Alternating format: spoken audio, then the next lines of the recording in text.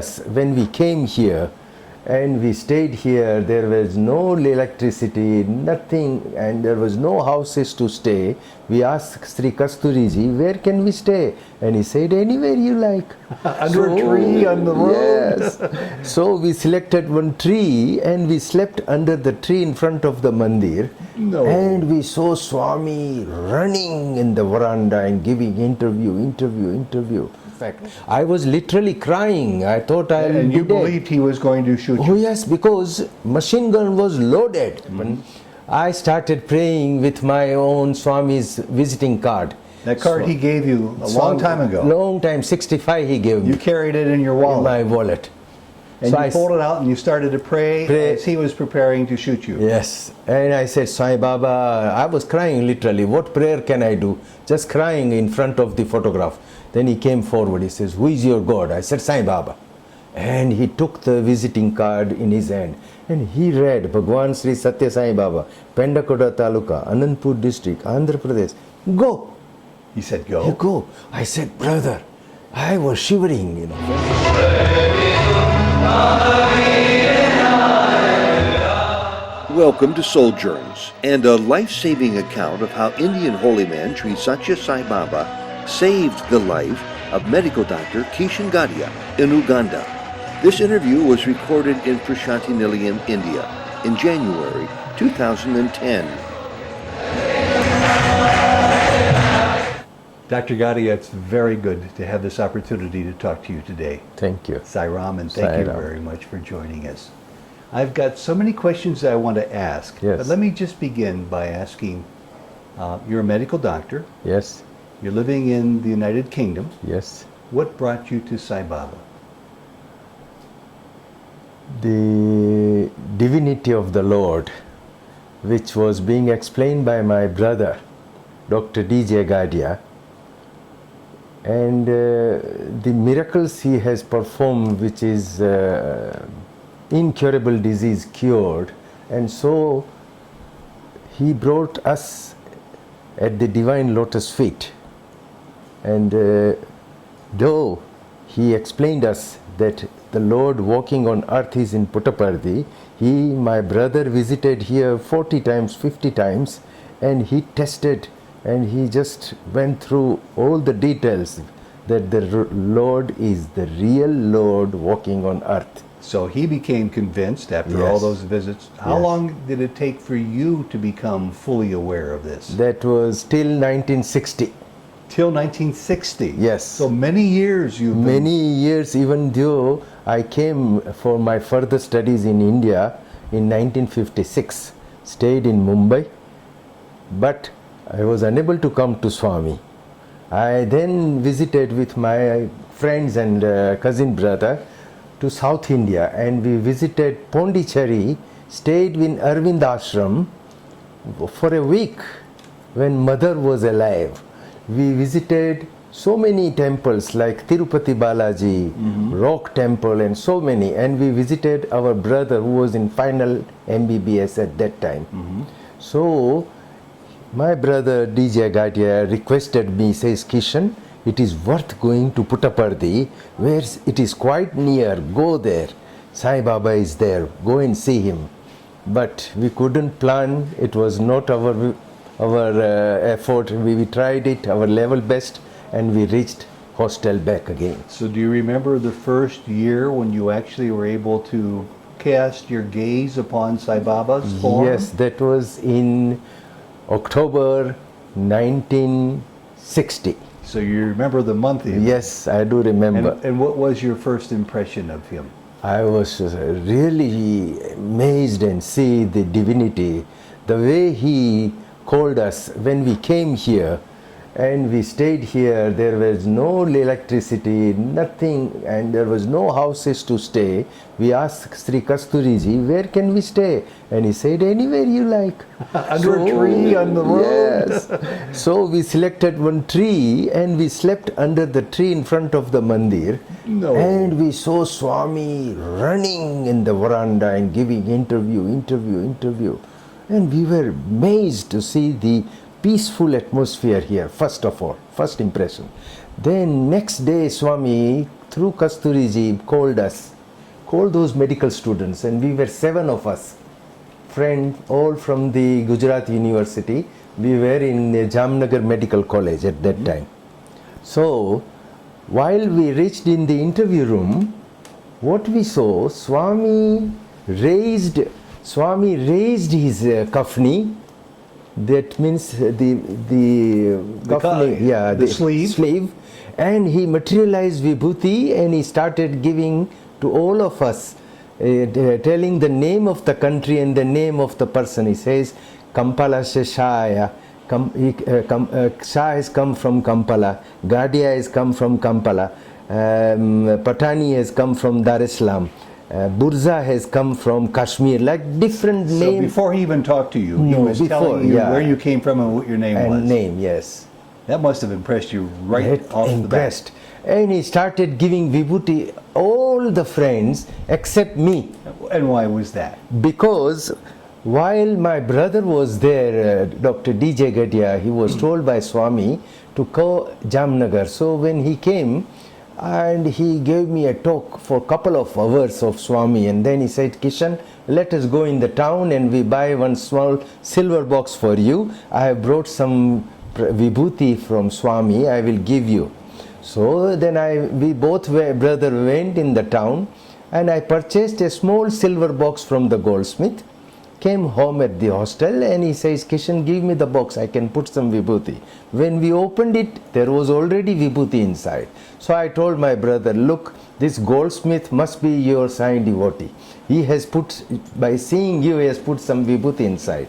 My brother said, well, I am a new man, I don't know anybody in Jamnagar. I said, but you are a popular guy. You must have gone to Sai Baba many times. Naturally, he must have seen you. Next day, we both went again to the goldsmith, confirmed it, and he said, no, this is meant for snuff in Gujarat. People use snuff inside. Yes. Then we asked, did you put some vibhuti in the box? They says, no. Do you know anything about Sai Baba? I says, no. Then my brother says, why, Kishan, don't you go to Swami and ask him? And did you? And that was the only time, so we came to ask Swami and see him. Swami instead started giving vibhuti to all of my friends except me. He said, I already gave you in the box in Jamnagar. So I was shocked. And then again he gave me also, but he reminded me that he was the person who has given me vibhuti in the box. Absolutely amazing. Then he told, he started solving our problem. In fact, he solved one of my friend's problem who was deaf. Shah, he was Mr. Shah, and he thought, if Swami can help me for my hearing and can throw away this hearing aid, I can use my stethoscope with my both ears and I'll be a better doctor. So Swami just took off his hearing aid, touched his ears, and it started hearing. That was first medical witness we saw. Amazing. One quick question about what Prashanti Nilayam, what Puttaparthi was like in 1960. You said that you had to sleep under a tree. It was a small village. There was nothing available here. Where did you eat? There was only South Indian canteen was there, small, so we were able to take the simple food, rice and curry, rice and rasam. And were there bathrooms? Were there toilets? Public bathroom used to be outside. We used to pay 10 paisa and get the hot water and have a public bath, which was like an army type. That's 1/10 of a rupee, right? Yes.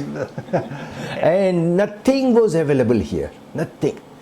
Not a shop. A small shop used to be there, matchbox and that's it. And how many devotees would be here in 1960? About 150, 200 people I saw them waiting there, yes. Yeah, very few. Very few.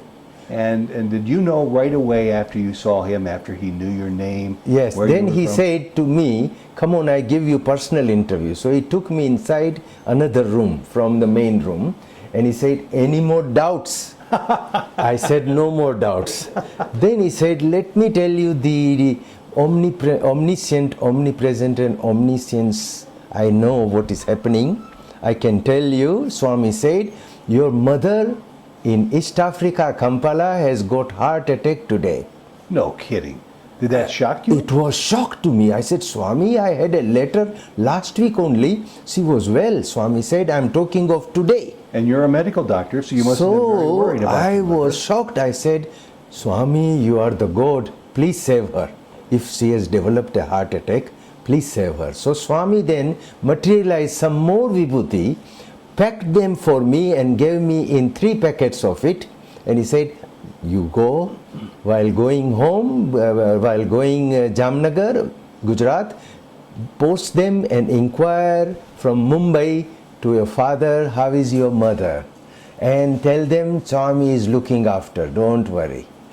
That's You amazing. won't believe the communication was so poor here, no telephone line and nothing. So we left immediately next day, and Swami told us, come back again with beddings and more clothes and stay with me. I will teach you bhajan, singing bhajans. Oh, how wonderful. Wonderful. So while I reached Mumbai, I gave a phone call to my father, and I asked, how is my mother? And my father was shocked. Who told you about your mother? I said, well, Sai Baba told me there in Puttaparthi. The day she had her heart attack. Oh, she had a heart attack. Then my father says, yes, Baba is quite right. She has got a heart attack and she is in the hospital, still in the hospital. I said, don't worry, Swami is looking after, I'm sending you vibhuti. So that was my first impression that the Lord is definitely here in Puttaparthi. You've had many, many impressions and signs since then, but there's one in particular. Actually, there's many stories I'd like to hear, but one in particular I would like you to tell us now, and then we'll move on to another one, where later on in the 1960s in Uganda, where you were living, Yes. if I recall correctly, they were in a state of turmoil, and the army was going around and being not very kind to people. One soldier with a machine gun wanted to shoot you and kill you because he just wanted to. Tell us the story about how that came to pass and how Swami intervened Yes. and saved your life. See, that is a wonderful story. What happened, I completed my graduation in 1965. In between those 1960 to 65, I visited Puttaparthi 3 to 4, 5 times.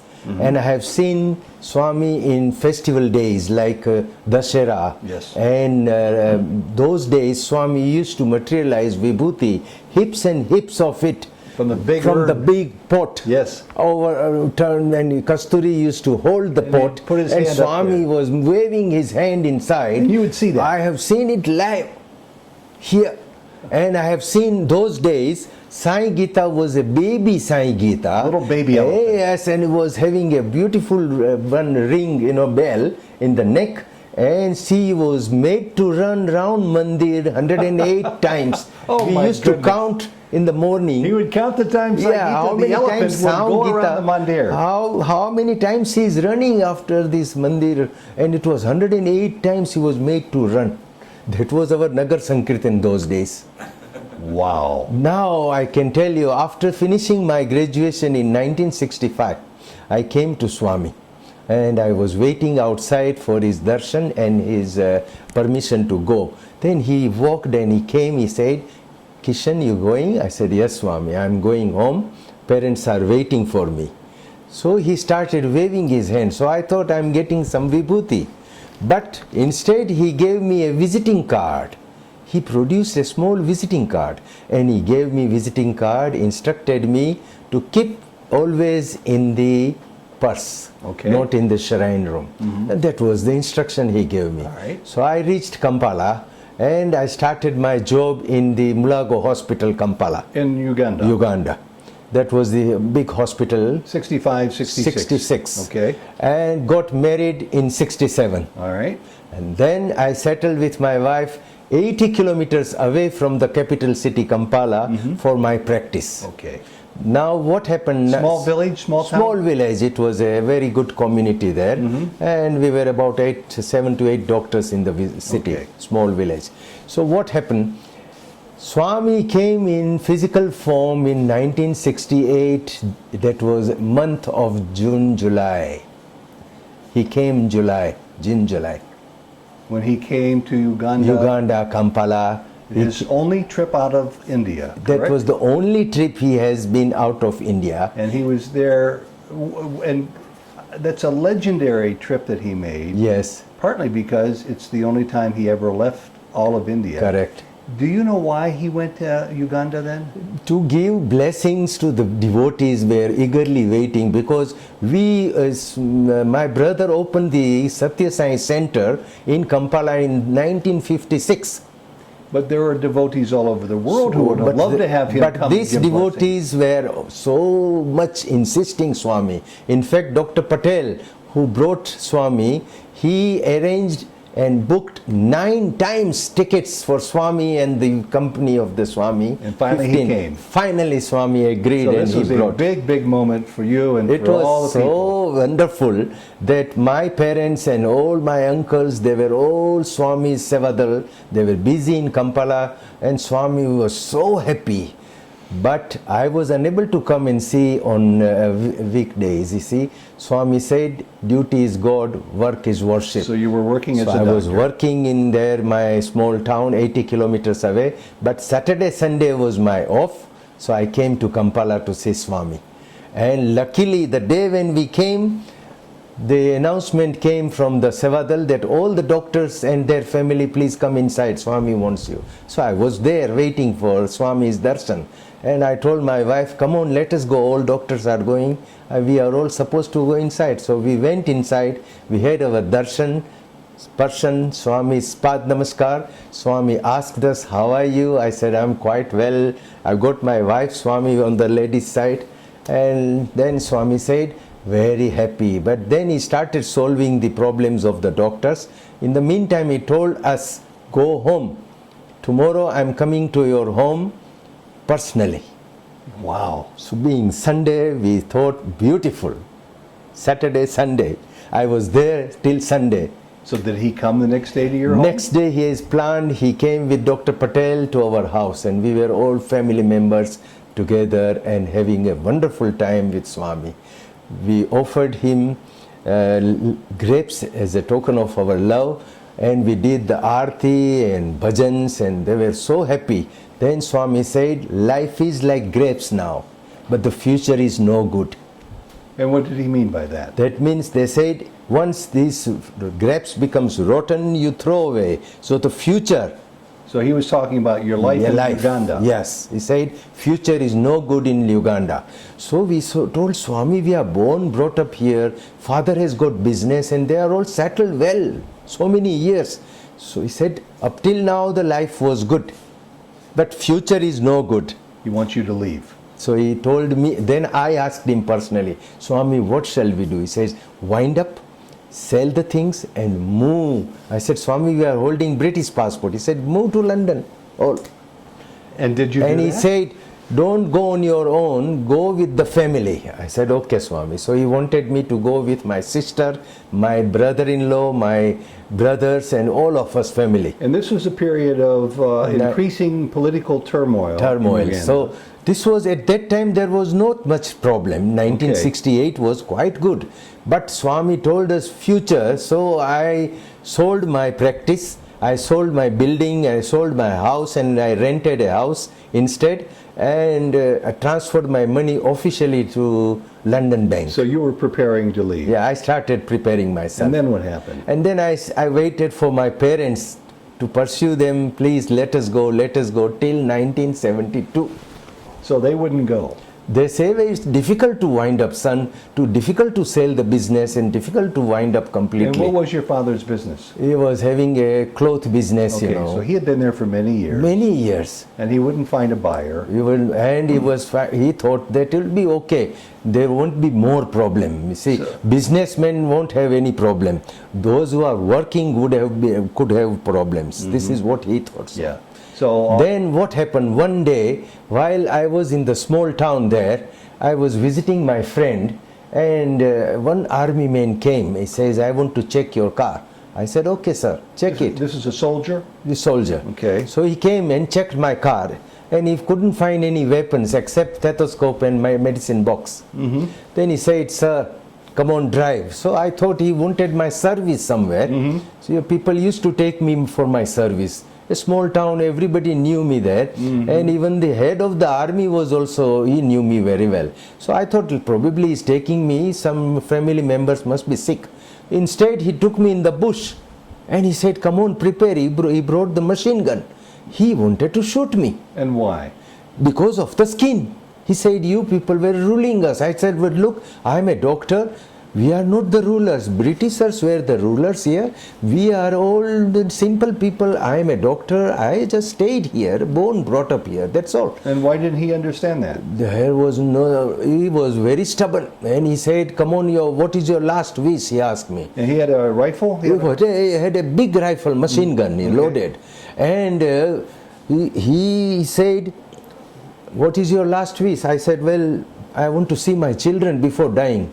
Let me go home. Then he says, no, you can smoke. I said, well, sir, I don't smoke. Then he said, you can pray. So he reminded me of praying, in fact. I was literally crying. I thought I'll be dead. And you believed he was going to shoot you? Oh yes, because machine gun was loaded. And one of the taxi, African taxi men, whom he passed from there and he stopped his car. And he showed me. He came to ask me, says, and he asked those fellow army men, why you are harassing the doctor? Then he said, you go over there, I'll shoot you. So he silently disappeared. But he was a very good man. He went to the head of the army and informed him that the doctor is in trouble. So the head of the army was looking for me. In the meantime, what happened? I started praying with my own Swami's visiting card. That card he gave you a long time ago. Long time, 65 he gave me. You carried it in your wallet. In my wallet. And so you pulled it out and you started to pray as he was preparing to shoot you. Yes. And I said, Sai Baba, I was crying literally. What prayer can I do? Just crying in front of the photograph. Then he came forward. He says, who is your God? I said, Sai Baba. And he took the visiting card in his hand. And he read, Bhagwan Sri Satya Sai Baba, Pendakoda Taluka, Anandpur district, Andhra Pradesh. Go. He said, go. You go. I said, brother, I was shivering, When he gave me my card, I put it in my pocket. I had some money at all in my pocket. I gave him. I said, sir, take this money. Why unnecessary killing me? And in the meantime, the head of the army came in search of me. This man disappeared in his van, jeep. So I was saved. And I said, Sai Baba saved my life. Then I left the town same day. I left my village town that same day. I went to Kampala. I told my parents, would you like to come? I'm leaving this country now. And you were serious? Yes, I was much serious because I told my parents, I have got enough money there in London. We can support you all. What else we want? Bread and butter. What else? Come on. So all of us left, the family members. And it was October. Wow.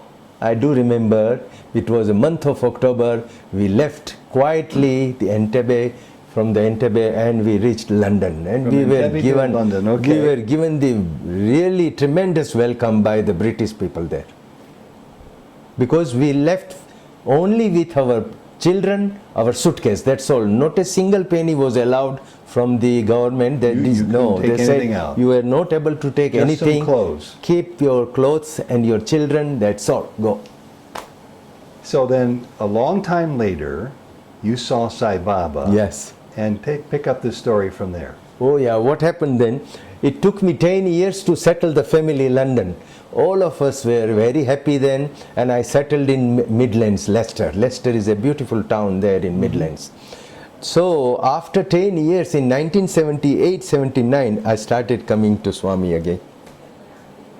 But in those days, I used to wait outside, wait for my token numbers. If I get number 1, 2, 3 token, like that system was there already. And Swami was mobile and running, but we were fortunate that Swami met us. We had interviews, and I was so lucky that I started every year coming, but had no personal talk.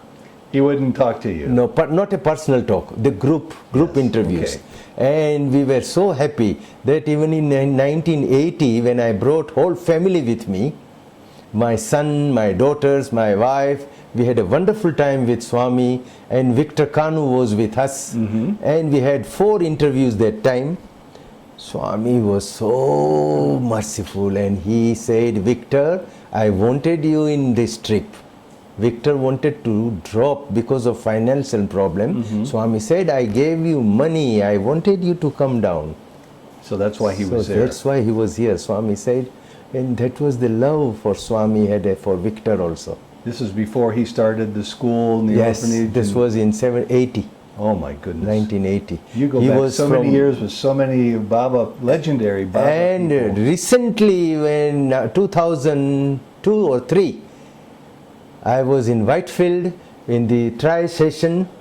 Swami, fortunately I was being as a guest inside the tri session. In his home? Swami's tri session. That was in his home, while Swami was in Jula. Okay. And he said, Kishan, come on, give a talk. So Swami, then I said, Swami, can I narrate the story how you saved my life in Uganda? I said, narrate it. So this is the first time you had a chance to talk to After so many years, I was there to narrate the story, and I narrated whole this story, how Swami saved my life from a visiting card. After my talk, Swami gave a talk that is worth listening. Oh, I'd love to hear Swami then gave a talk. He said, the person who wanted to kill Krishna was very cruel. He killed so many innocent people. But the day when he read visiting card, I transformed his mind. This is what Swami said. And the person somehow, the day when he was transformed, he had a eager yearning to get Swami's photograph, and he managed to get it from Kampala. He got it from you. Not from me, because then I left the country same day, isn't it? So his mind was transformed after he saw the picture of Sai Baba that you had. Yes. So somehow Swami then talked to us. He said he managed to get Swami's photograph from Kampala. It was easily available in those days. So then he started his own prayer, Sai Ram, Sai Ram, Sai Ram, Sai Ram. The soldier who was going to kill you. Soldier. And then Swami said, his prayer was so powerful. One day, while he was praying to me, there was somebody's laughing sound. So he thought, who is laughing? I am here with Sai Baba here in front of me. Swami said, I came out of the photograph and stood in front of him. He came out of the photograph. And he said, I'm laughing, come to Puttaparthi. Baba was the Baba then disappeared. Then Swami further narrated us. He said, that person managed to come to Puttaparthi. He was sitting on the sand. I called him for the interview, and as a token of love, I gave my robe. Oh my goodness. What a story, what a story. So Swami told us, he changed the person from Vali to Valmiki. This is the word he uttered. And what do those words mean? That means a person, Vali, in the past history of very past, in our Hindu history, that Vali was a notorious dacoit, and he used to kill people and loot and take the things from them. Only he was being turned to become a saint and utter the Ram Nam by the priest. And then he changed himself to Valmiki, who was able to write the Ramayana all. Very saintly person. Saintly person. Well, this is the same man who you said killed many people. Baba said he killed many people. Yes. And he was on the verge of killing you. Yes. Talk about a life transformation. It is, sir. And you've never had the chance to meet this man again, no, have you? Never. You don't want to, probably. Never. What an amazing story. And you go back so many years. You first became aware of Swami in the 50s. Yes. Got to see him in 1960. Yes. There aren't too many devotees who go back that far. Very nicely. Why you, Dr. Gadhia? This is what the Swami told my elder brother, Dr. DJ Gadhia, that you were in your past life Kaka Sahib Dixit's grandson. Kaka Sahib was with Shirdi Baba in Shirdi. So you were a follower of Shirdi Sai. So our four parents in the past life were the follower of Sai Baba, Shirdi Sai Baba. And Swami then narrated to my brother that your granddad used to request me often there in Shirdi to look after my children and grandchildren. Look, Swami then said, I'm looking after you in this life. Amazing. And very briefly, it's a wonderful story. I've heard it, and I've had the privilege to talk to and interview Dr. DJ Gadhia. Yes. Very briefly, would you relate to us the miraculous story how Baba saved his life by bringing him back to life Yes. after he once died? Yes. Briefly, could you tell I that can story? tell that once he was involved in a very nasty motor accident in Tanzania. And he was working there as a He medical was doctor. working as a medical officer in Satya Sai surgery, in his own Satya Sai surgery. I didn't know that. And what happened, he was not driving car, he was just he told the patient that take me home, maybe in some kilometers away. So they were driving there towards their house, and one of the trailer which was coming from the opposite side came off and came on the car. One of these big lorry trucks. Lorry with the these trailers. Big semi-trucks. Yes. So And it crashed naturally, into his he car crashed. and- His car was badly crashed. I do remember, I have seen the photographs of it, that one, and my brother was unconscious. His legs were all down. You can imagine that much nasty accident. He was unconscious, and the wife was sitting behind also, his wife. But luckily, there were some Africans came forward and they said, please don't pull the person, let me cut the body of the car. So the African too hefty, they cut the body more of the car and They broke it, they pulled cut it themselves? Yes. Two African the two Africans, laborers, and they brought him out with a floppy legs, with a more compound fractures of both the legs. This is what happened, and they took him, managed him, and till the ambulance came, was taken up to the Kenyatta hospital, Kenya, because near Arusha, Kenya is quite near Nairobi. Oh, I didn't So know that. Nairobi had a big hospital there. He was taken up there. He stayed there 6 months in the hospital, and he had a treatment for his compound fractures. He had a very nasty compound fracture, healed, but was unable to walk on his own. He used to walk with 2 sticks. He was unable to sit on the ground. He was able to sit on the chair. And that was in 1979 when he came to UK. He met me at that time I was a doctor working in Midlands. Okay. So then we took him to two of the consultants. One was Mr. Wilson in London, orthopedic surgeon, and we took his opinion. What is your opinion about the legs? And we took all the x-rays, we had his own x-rays. And Dr. Wilson said, look, you've got a very nasty union of the bones.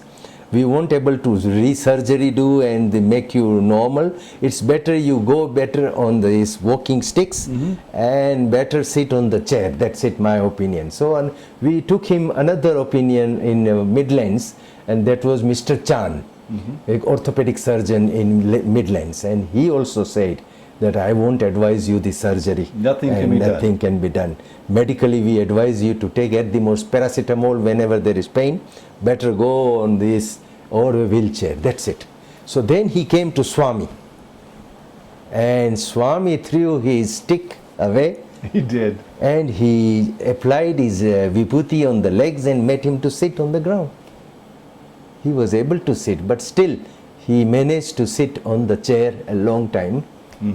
But he was saved. This is what Swami said, that I have to come down as 2 African men to cut the body of the car and then remove your legs. So- otherwise you would have lost your legs completely. Swami says that was That was him. who manifested himself as 2 African Africans. laborers who cut the car. Yes. Did they have machinery? Did they Maybe some machinery there could be some, we don't know. they cut it in half? But there were no big machinery or any big cranes, no. So Swami says he was the He one who was did there. that. Very hefty Africans, and they disappeared after he left They disappeared into the woods. in the woods. Amazing. We have time for one more story. And, Okay. you have so many wonderful stories that I'm personally aware of, and I'm sure you have many more than that. I want you to just think a second and ask Swami to guide you to the right story to share with us. That's a delight to listen to, that helps us in our faith Yes, sir. and our struggles with coming to terms with all that Swami is, which is a mountainous task, Yes. but something that might also be useful to us. Yes, sir. As all of us who have the privilege to see an interview such as this face our own daily challenges. Yes, sir. So, having said that, Yes. which story do you want to share with us next? Then this is the latest miracle which I have witnessed. Okay. It's beautiful regarding a lady who was in England, and she was pregnant there. She was found in her early pregnancies while investigating on antenatal. She was found to have a Down syndrome child. While she was pregnant. Pregnant. They discovered this. Yes. Okay.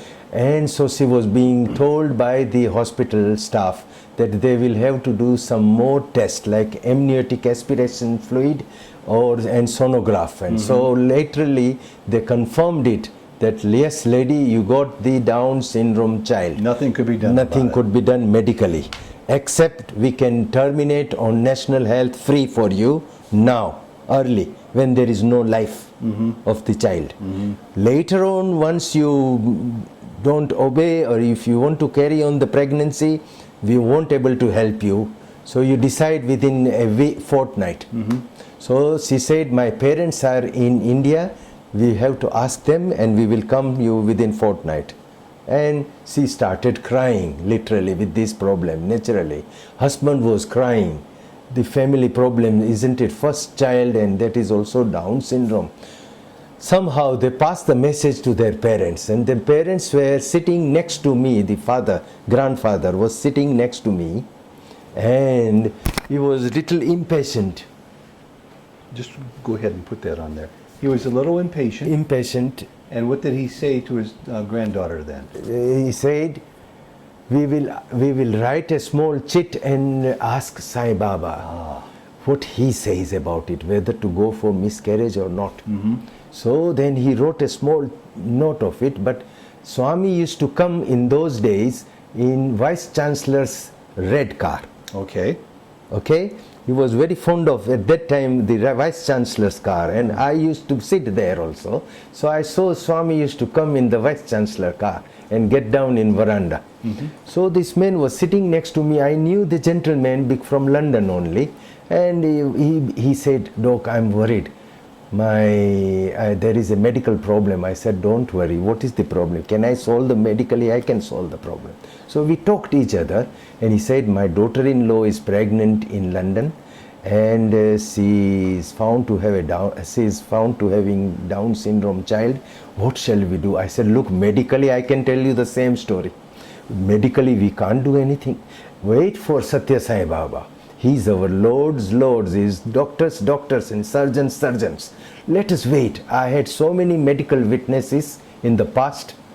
I have seen him curing multiple sclerosis of a child from London. I have seen him curing an Italian lady who was in a wheelchair, crippled. Swami made her walk, run. I have seen one of the lady from Birmingham. She was on a wheelchair and she started walking with a paralysis of the leg. So I told him, wait, I have seen so many medical witnesses in the past. So wait for the Lord. And the same day, Lord came and got down and he took his note and read it there and there. He called them inside the interview room. So he was called in the interview room, and Swami said, yes, there is a Down syndrome in the family now, but no need of miscarriage. I am changing the child. He's changing it. Child. So they said, Swami, shall we call our daughter-in-law here? Swami said, no, not necessary. I will be going London. He'll be going. Yes. Okay. While he was seated there in Puttaparthi, and he said, the name of the child will be Achintya. Once the child is 1 month old, bring them for my further blessings. And they came out from the interview room. It was thrilling, and I said, what is the news? Come on, tell me. I am eagerly waiting. So he told me, doctor, this is what Swami said. I said, 110%, no miscarriage now. Swami's words are final. Let us wait. And what happened? And after 8 months of pregnancy, she delivered a beautiful baby girl. What did her doctors say? And doctors were amazed. All gynecologists, obstetricians, they had their own conference in that area. And they said, where is the Down syndrome baby? We were expecting Down syndrome.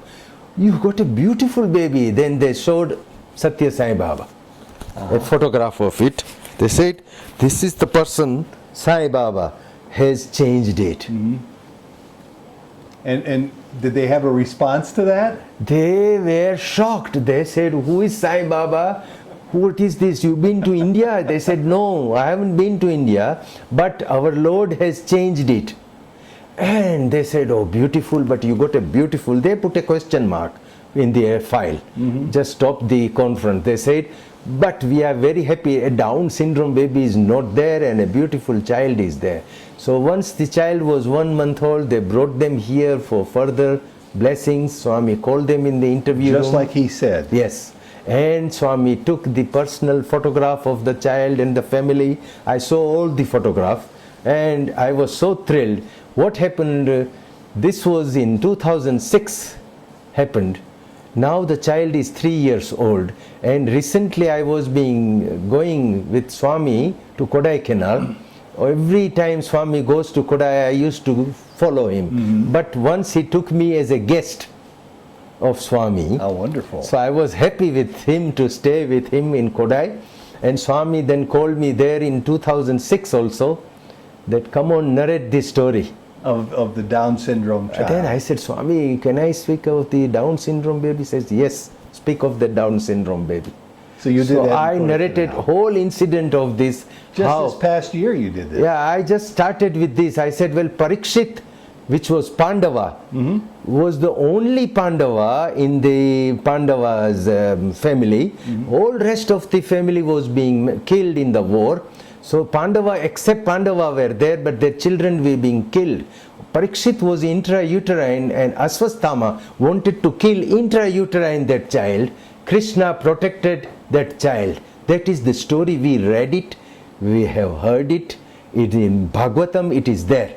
But then I narrated that Sai Krishna has done this beautiful intrauterine change of a child. Sitting in Puttaparthi, he changed it in London. Can you imagine? He is in Puttaparthi, he is everywhere in the world. Then I narrated a full story, and then Swami was so happy. Later on, Swami took mic, he says, come on, let me speak. And Swami gave a talk. Beautiful talk Swami gave us. Swami said, when there is a problem in the family, husband's problem, wife is crying.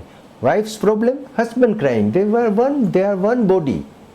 Then Swami talked of Rama and Sita.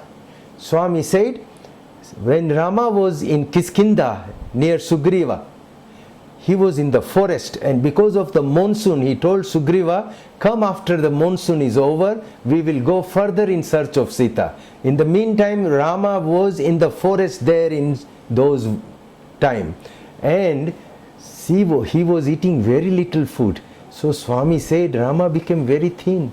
Swami then narrated that Sita was in Ashok Vatika, and Sita was also thinking of Rama. Rama was thinking of Sita, and Sita was also eating very little food. So she became also very thin. And then with a wave of hand, Swami produced the ring of Rama. And he showed us, and he said, this is the same ring given by the King Janaka to Rama on the wedding day. And this is the same ring Rama gave it to Hanuman as a token of love to take it to Sita while in search of Sita in Lanka. So Swami then was playing in front of us with the 2 fingers in his ring. So we were shocked. It's a big ring. Big ring. And Swami, what a way. Rama was that much big. Look at it. So then Swami made us to see the ring, and Swami make it disappear later on. What amazing stories. Dr. Gadhia, I just want to thank you. This has been a very, very quick Thank you, sir. 45 minutes, 50 minutes. And I want to ask your permission. Yes. People are going to appreciate these stories like candy. Yes. They're going to want more and more and more. Yes. With Baba's blessings, I'd love my wife and I to track you down in the UK one day and get still more of your stories, because I know you have almost an inexhaustible supply Yes. of miraculous... In fact, I'm waiting for Swami's permission to give me to write a book. Well- my brother has written a book. I'm waiting for Swami's permission. Well, Otherwise, ask him today to Yes, give you permission, yes, because this yes. is a book that needs to be written, I think. Yes. Thank you so much. Sai Ram, Sai God bless Ram. you, and Thank we'll you. see you again. Thank you very much. In 1998, he Yes. told her that you want to be with me intensely. Yes. In 7 years, would you be willing to join me? Okay. Swami used to say, she always used to say, give me the strength to bear it, whatever you want me to do Yes, it. And you should be with me. That's what she used to say. We sat in the darshan line here for about